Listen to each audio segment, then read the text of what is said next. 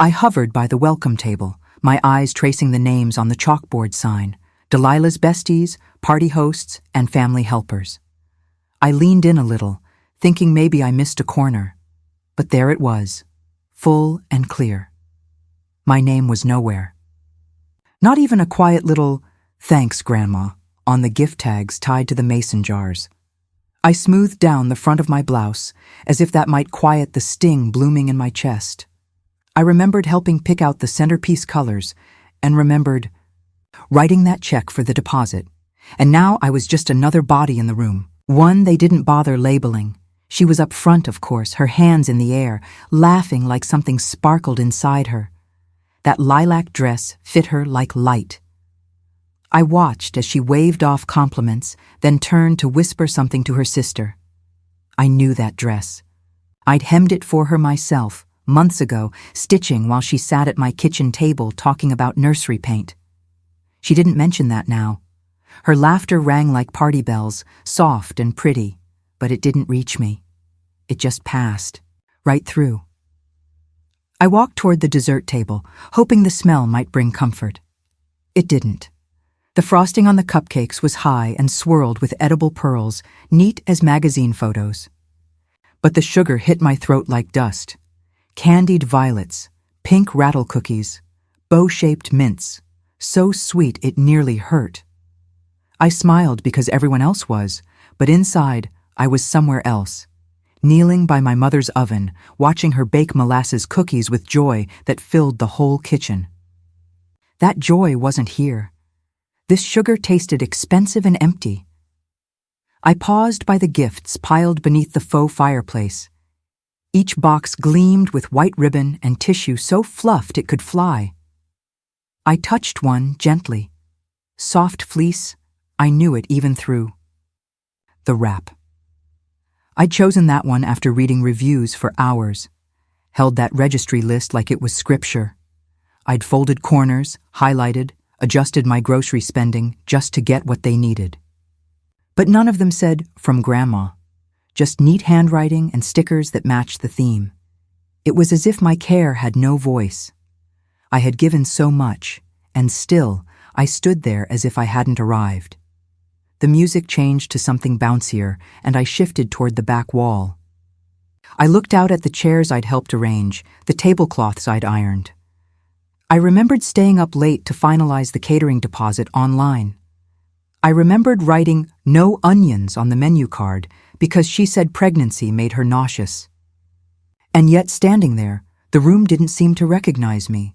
I was a shadow on the wall of a party I helped build. It reminded me of my son's first birthday, the dollar store balloons, the cake that leaned to one side. But every laugh back then had wrapped around me like a shawl. This was all polished edges, fancier and colder. That's when it came. Not anger. Not exactly. Just clarity. Like a bell rang in a quiet church. I didn't belong here the way I used to. I wasn't going to beg for a microphone or a moment. My worth wasn't being announced. It was in the giving they never noticed.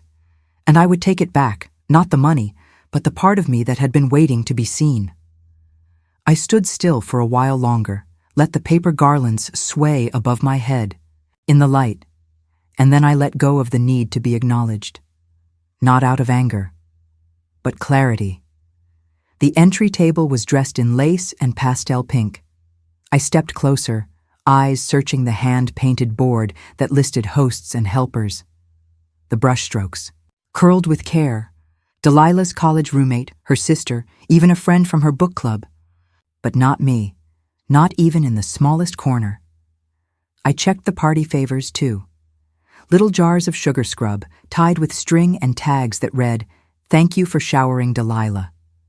I'd paid for half of them, and yet not a single from Grandma. My fingers grazed one jar and quickly pulled back, as if it might burn. A sharp ache settled behind my ribs. I had been so proud helping plan this day.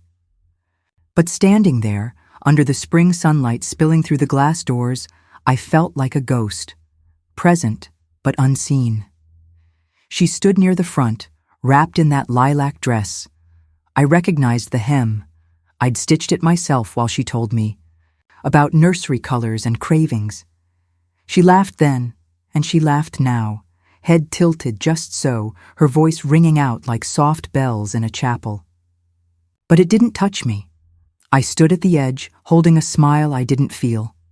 No mention of the dress, no glance in my direction. I felt myself folding in like a letter nobody opened. The dessert table was a dream for anyone who didn't know better.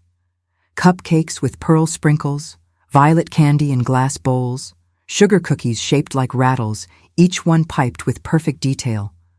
But the scent, vanilla, buttercream, something too polished, made my stomach turn. I reached for a cupcake, but stopped. The sugar clung to the air like perfume, sweet but sharp. I remembered standing beside my mother's oven, her apron dusted in flour, her joy warm and messy and real. That joy wasn't here. I forced a small smile for a passing guest. It tasted like frosting I couldn't swallow. I moved toward the gifts, stacked neatly beneath the pink banner that read, "Little Miracle." One by one, I recognized them. Diaper warmer, baby carrier, that organic lotion she once said she liked. All from her registry. I'd printed it out, highlighted it, and planned my whole month around each purchase. I knew what fabrics were the softest. I'd double-checked return policies, but the tags were blank or signed with her name, Delilah. Not Grandma. I touched the edge of one bag and let my hand fall back to my side. I felt like a silent donor in a charity drive, thanked in general, but never seen. I stepped back toward the far wall. The room I helped build shimmered in soft lights and pastel napkins. I had called the caterer, confirmed the orders, even paid the deposit on the venue.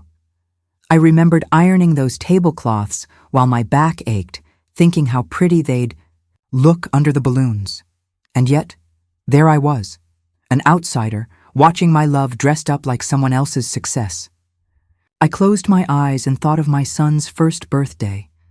Crooked candles, mismatched chairs, laughter that wrapped around all of us like a quilt. This was fancier and colder. And that's when I knew.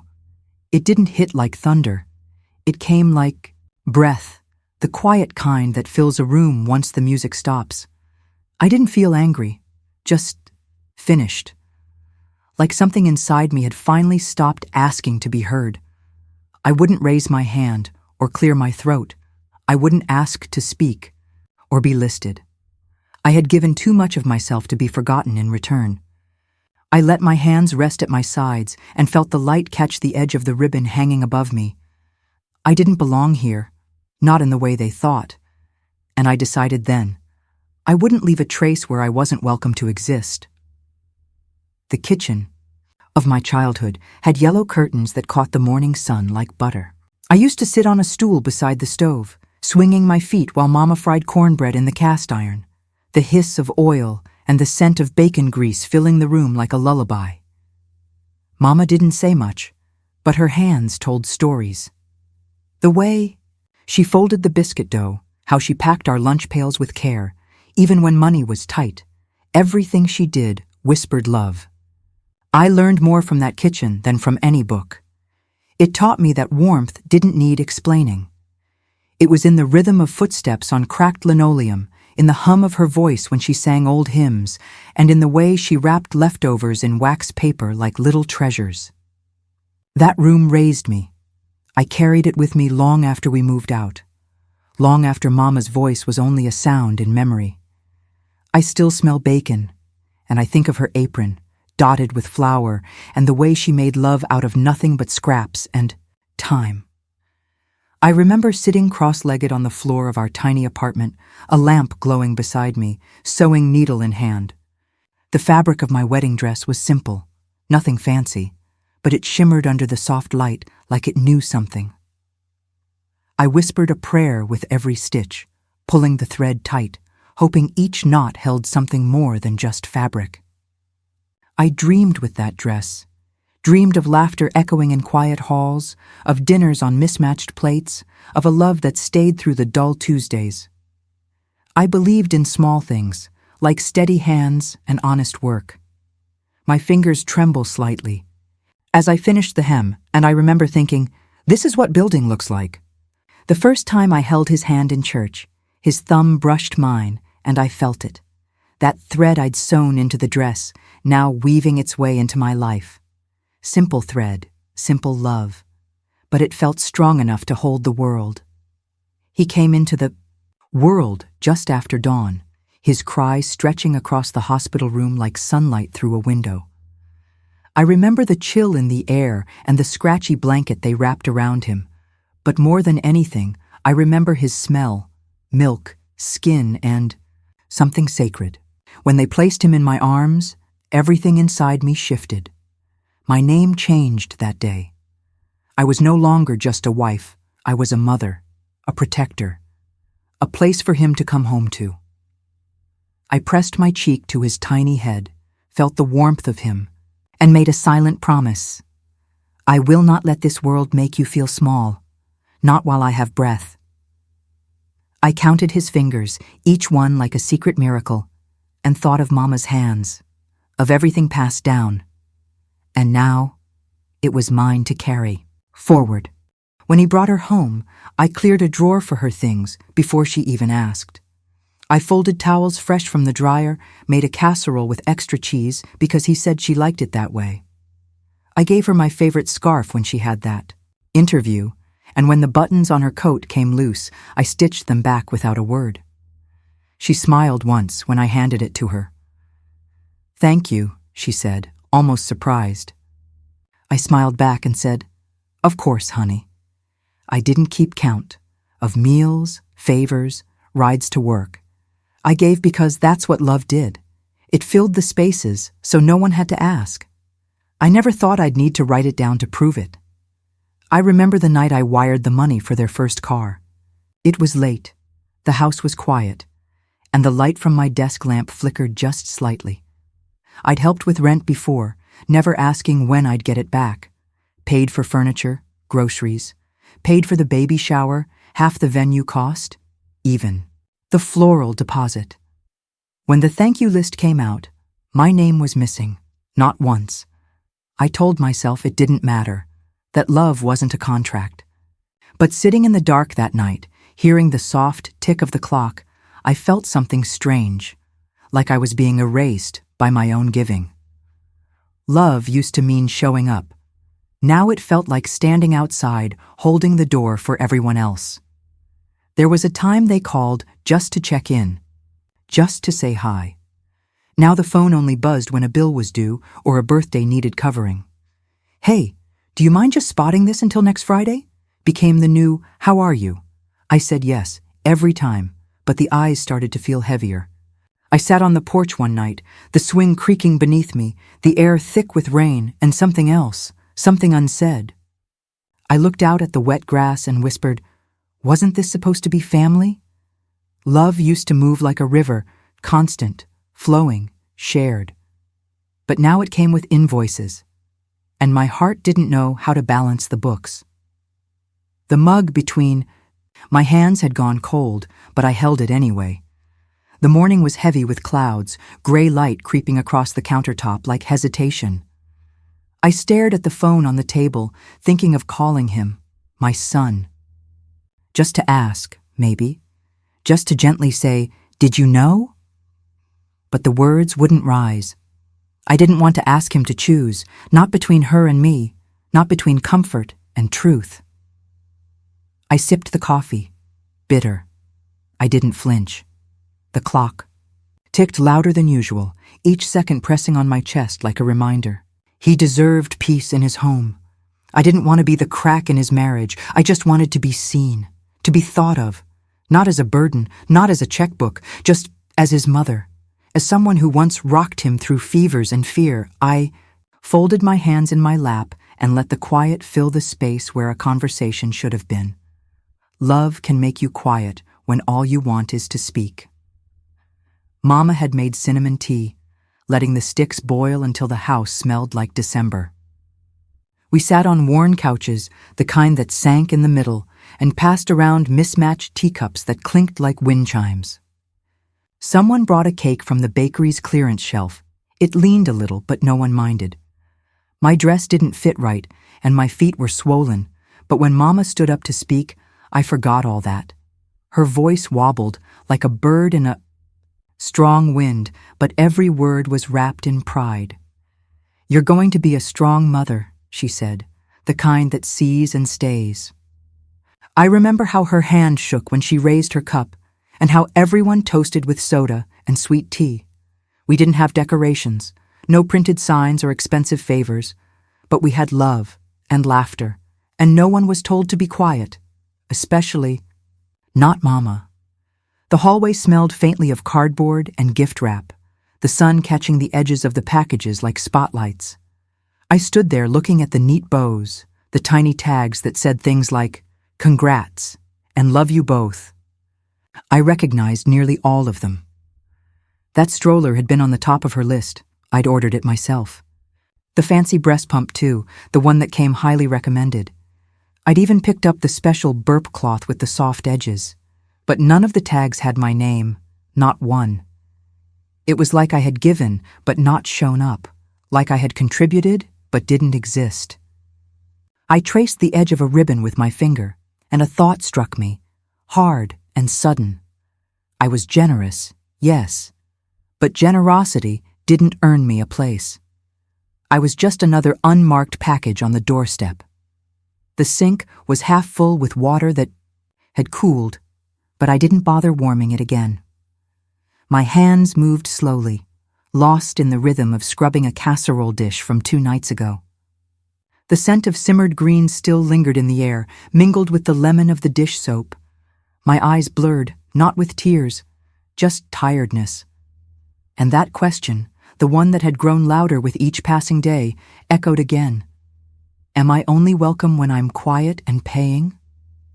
I remembered Thanksgiving years ago when my laughter filled the kitchen, when I was the one hosting, passing plates and refilling glasses. Now I was careful, measured, speaking softly, stepping lightly, like a guest in my own story. I wasn't sure when the shift happened. I only knew it had, and I was running out of ways to prove I belonged. The note felt heavier than paper should. I held it in both hands, standing in front of my bedroom mirror. The lamp cast a yellow glow, soft and tired. I had written out the speech the night before, words meant to honor mothers before me, ones who had loved in silence and still showed up strong. I practiced softly, lips moving without voice. I'm so grateful to be here, to share this moment. But the reflection didn't meet my eyes. She just stood there, a woman I barely recognized, holding hope in folded lines.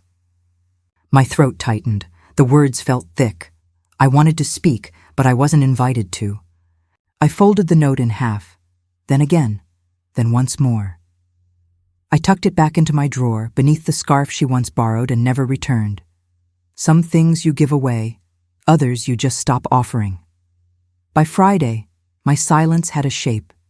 It wasn't peace. It was something sour that sat at the back of my throat. I smiled at her text about balloon colors, said sure when she asked if I could pick up extra plates, but every yes felt smaller. I moved through the house like air through an open window, present but unnoticed. I folded laundry. I wiped down the counters. I made lists. And somewhere between each task, I began to wonder, if I stopped showing up, would anyone notice the space I left behind? I sat in the hallway that night, the only light coming from the lamp by the coat rack. The refrigerator hummed in the background. The scent of clean towels clung to the air. I listened to nothing. And that nothing answered me. The welcome table stood right at the entrance, decorated in pastel ribbons and glitter lettering. I stepped in slowly, letting the warmth of the event hall wash over me, though it didn't quite reach my skin. The board read, "Welcome to Delilah's special day," with names looped in pink cursive underneath, co-hosts, decorators, cake designers. I leaned in. I scanned it twice. My name wasn't there. I turned to the printed itinerary taped to the easel beside it. Still nothing. I walked over to the favors, little candles in glass jars, each with tags thanking a different name. But not mine. I had helped pay for these. I had reviewed catering menus, Venmo'd deposits. But now, it was as if I hadn't existed in the planning at all. I stood there for a long moment, just breathing, hoping maybe I missed it, that the letters would rearrange themselves and make room for me. They didn't. I made my way through the tables, looking for the one I had been assigned in the RSVP email. Table 6, I remembered. I found it, and found someone else sitting in my place. A young woman chatting away, laughing with the others around her.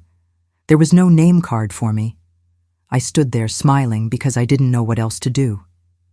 The scent of lemon candles flickered around the centerpiece, mixing with the floral perfume of someone brushing past me.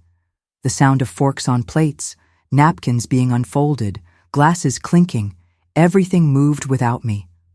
I lingered there, standing, like I was waiting for something, a gesture, a glance, a correction. Nothing came. I felt like I'd arrived at the wrong party, even though I'd helped create it. I poured myself a glass of tea at the refreshment table. The pitcher was sticky at the handle, and the lemons inside looked too perfect to be real. That's when I heard it. 2 girls, young, probably from her side of the family, whispering behind the mimosa bar. "She just doesn't get the vibe we're going for," one said. I froze. They didn't know I was that close. I stirred my tea a little louder than necessary, just so I could pretend I hadn't heard. But I had. Every word. It sat in my chest like a stone. My cheeks warmed, not from embarrassment, something deeper. I felt like an old couch someone had forgotten to move before hosting guests. Comfortable once. Now it's inconvenient. I looked down at my cup, its surface trembling slightly. I took a sip, but it didn't taste like anything. The tissue paper rustled like dry leaves as she opened gift after gift. Everyone cheered with each ribbon pulled. I watched from the corner of the room, hands folded in my lap, the crocheted blanket resting just behind the others. I had stitched it, in secret, 1 square for each week of her pregnancy. I remember choosing soft yarn that wouldn't irritate the baby's skin. I remember wrapping it slowly, tying the bow 3 times to get it just right. But when she held it up, there was no card, no mention, just a passing, "Oh, this one's pretty," and on to the next. My heart sank quietly.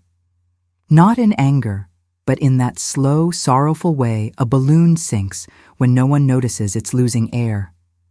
I looked down at my lap and pressed my palms together, unsure where else to place the ache. I didn't cry.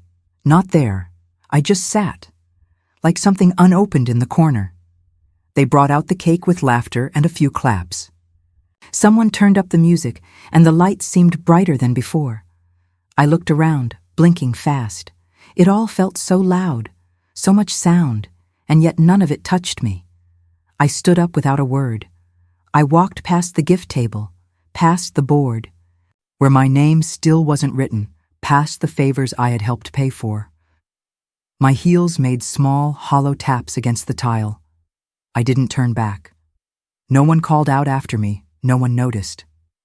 I reached the back hallway, the scent of buttercream clinging faintly to my coat.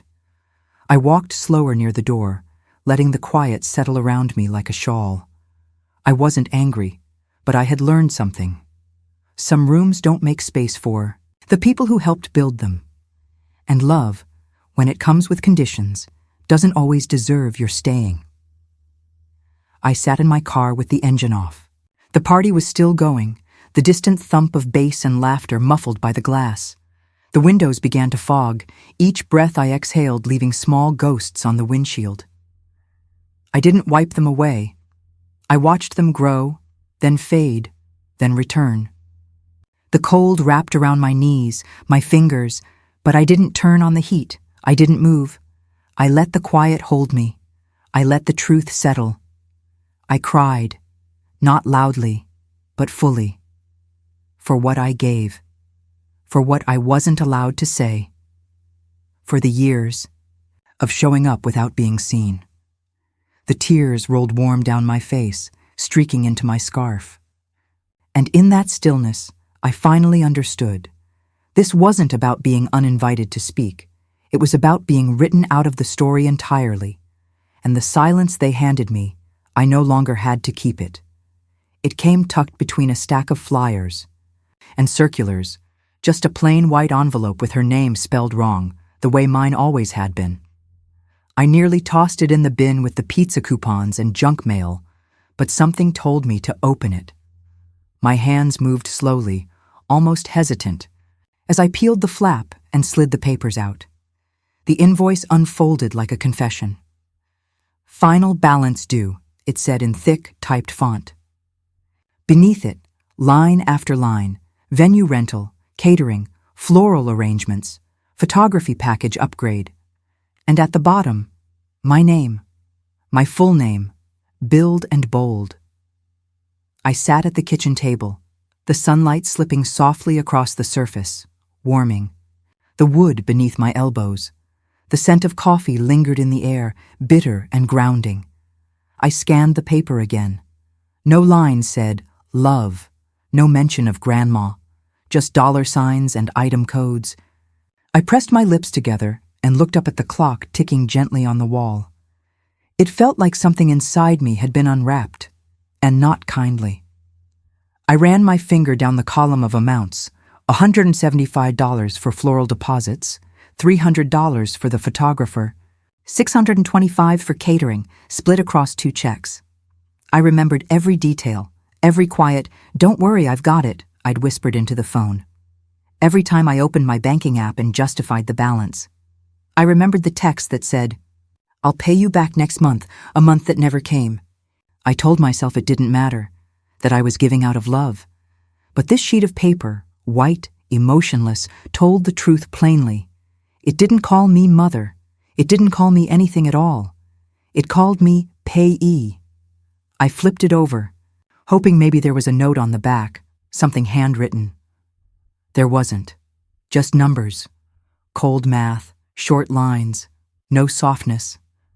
I let out a breath I hadn't realized I'd been holding and watched it move the curtain slightly in the open window. The breeze smelled like spring, but I felt none of its promise. I don't know why I said it out loud. Maybe because the quiet had gotten too loud.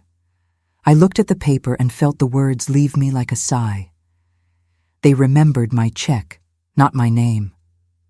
It didn't sound bitter, just final, like a fact you couldn't argue. The kettle started to hum behind me, faint and rising, and I didn't move to silence it. The dog next door barked once and then stopped. I folded the invoice slowly, once, then again, just like I used to fold his baby onesies after they came, out of the dryer. My hands still remembered the motions. But this time, I wasn't folding something I loved. I was folding something I needed to keep, proof, not for them. For me, proof that I hadn't imagined the weight I carried, that I hadn't dreamed of giving, that my silence had a receipt. He answered on the second ring. "Hey, Ma, everything okay?" I smiled into the phone, though he couldn't see it. "Yeah, baby. I was wondering if you had time for lunch this week. Just you and me." There was a pause. "Sure," he said. "Same place near the office?" I nodded before realizing. Yes, that'd be nice. The diner hadn't changed. The same cracked vinyl booths, the same chipped mugs with old logos. From a pancake brand they didn't serve anymore. I slid into our usual seat, the one by the window.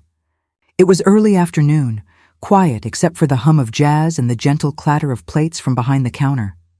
My purse rested on the seat beside me, heavier than it looked. Inside were folded papers, receipts, invoices, proof of everything I had given and everything I had become invisible through. He walked in with a soft smile and sat across from me. "Hey, Ma." "Hey, baby," I said, wrapping my hands around the mug of water the waitress had set down. My hands trembled just a little, not out of fear, but from the weight of what I needed to release. We ordered like usual, grilled cheese for him, tuna melt for me. We chatted about the weather, his work, nothing big. But I could feel the moment coming. It sat between us like a quiet clock, ticking louder than the one on the wall. He asked how I was. I smiled, the kind that didn't quite reach the eyes.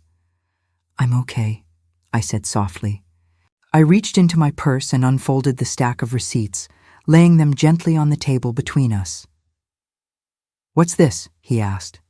I looked him in the eyes for the first time in weeks. "That's everything I paid for," I said. "For the shower. For the favors, the photographer, the catering, the flowers." He didn't reach for them. Just stared. I kept my voice steady. "I'm not angry, I'm just ready to say the part I swallowed. I gave more than money, sweetheart. I gave a place for my voice to belong." The napkin in his hand stopped moving. I watched his fingers freeze, just slightly. He blinked, still not reaching for the papers. "Mom," he said slowly, like he wasn't sure what came next. I didn't push. I let the silence hold its shape. "I didn't know," he finally said. "I didn't know you paid for all this." I gave a small nod. I didn't expect fanfare. I just expected to matter. For a second, it felt like we were both trying to breathe underwater. The scent of his coffee wafted up between us. I didn't sip mine. I waited to see if he could really hear me. His voice was softer this time. "Why didn't you just say something?" The words were simple. They were also a little late. I smiled, but it wasn't the happy kind. Just quiet. "I wasn't allowed to," I said. He looked confused. "What do you mean?"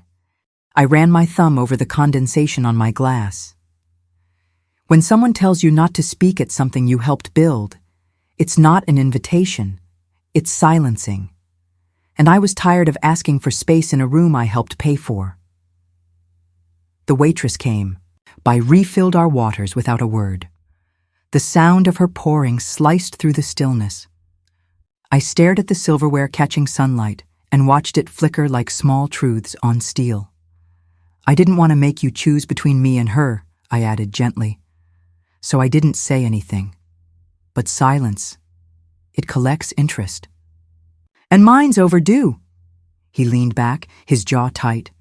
The jazz had turned slow and crackly. Outside, a bus rolled by, its brakes hissing like a breath held too long. "I'm not here to break anything," I said. "Just to stop breaking myself. We..." Both sat with that, not as an argument, as understanding, finally placed on the table between our meals. I reached into my purse one more time, not for receipts, but to place my hand softly over his. "There won't be more checks," I said. "No more covering things I'm not invited to. No more giving in silence." His hand tensed beneath mine. I didn't pull away. "This isn't punishment," I said. "It's a change, because giving without being seen isn't love. It's erasure." I expected sadness, maybe confusion, but what I saw in his eyes was something else. Relief, maybe, or acceptance, or the beginning of both.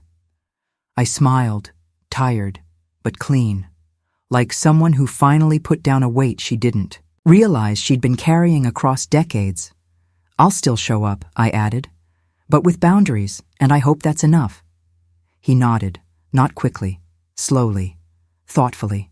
The dishes were empty by then, crumbs left behind, the scent of warm bread fading.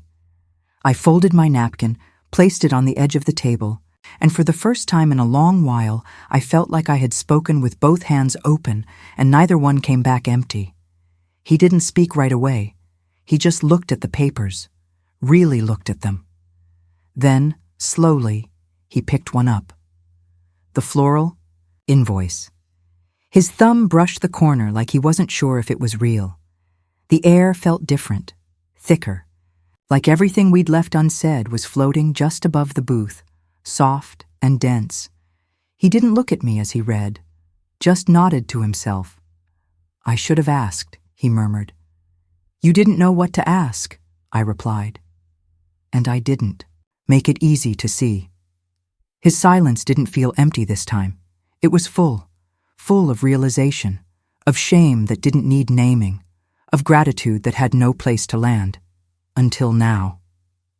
He folded the receipt, not in frustration, carefully, like something sacred.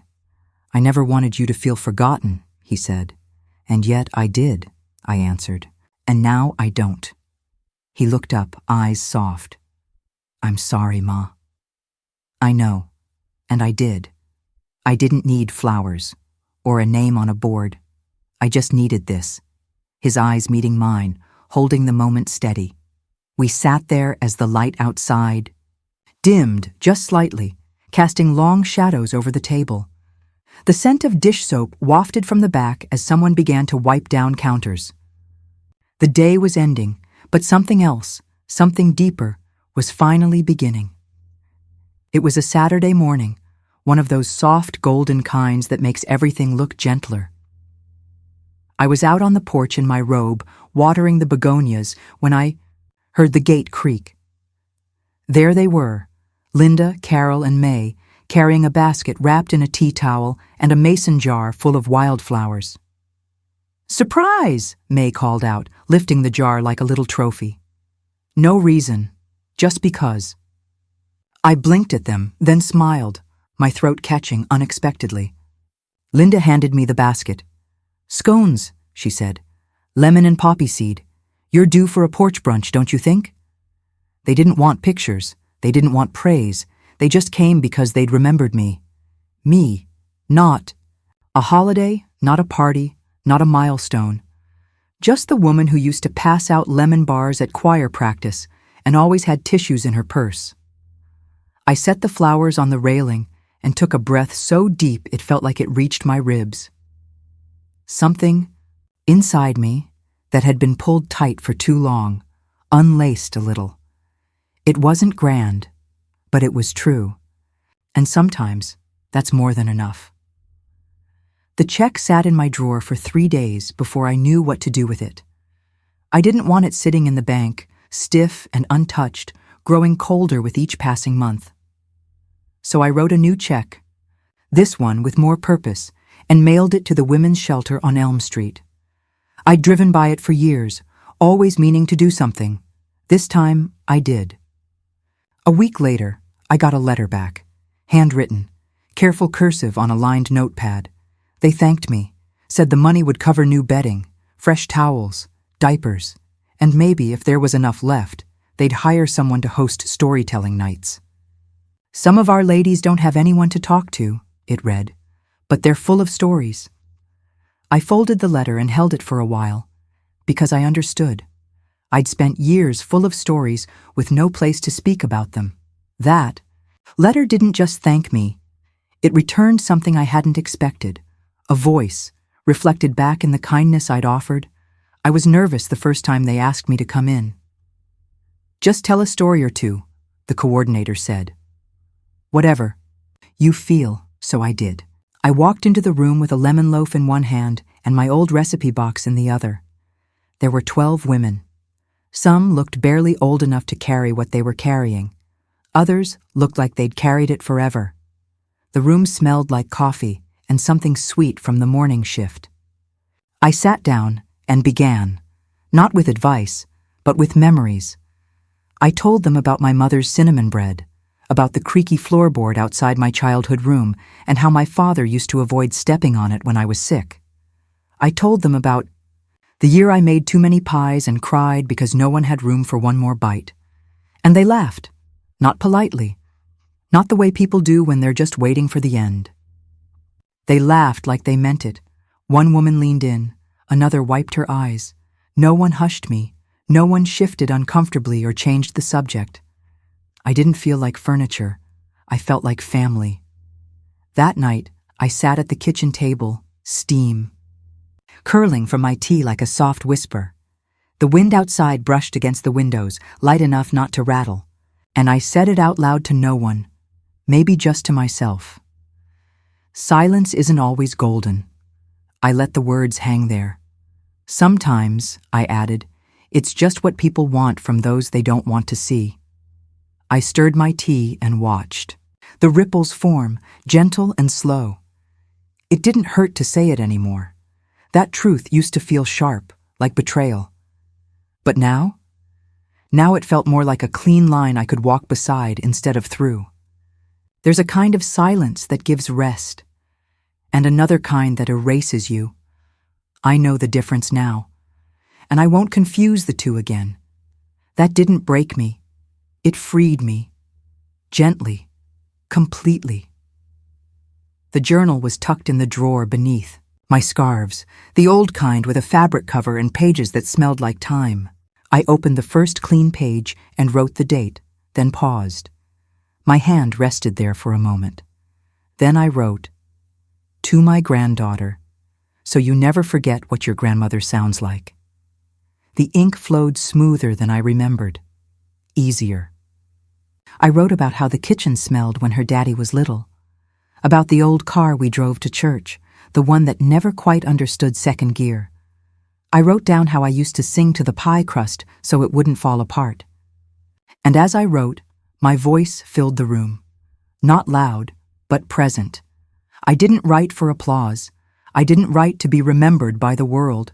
I wrote because I saw myself again, fully, quietly, and I wanted her to see me too. Thank you for keeping me company today. If you've ever stayed quiet just to keep the room calm, I want you to know you're not alone. I see the strength in your silence and the courage it takes to finally speak. If you're over 50, drop your age and where you're listening. From down below. I'd love to know who's sharing this porch with me, and if you haven't already, subscribe for more of Grandma's stories. We still have so much to say.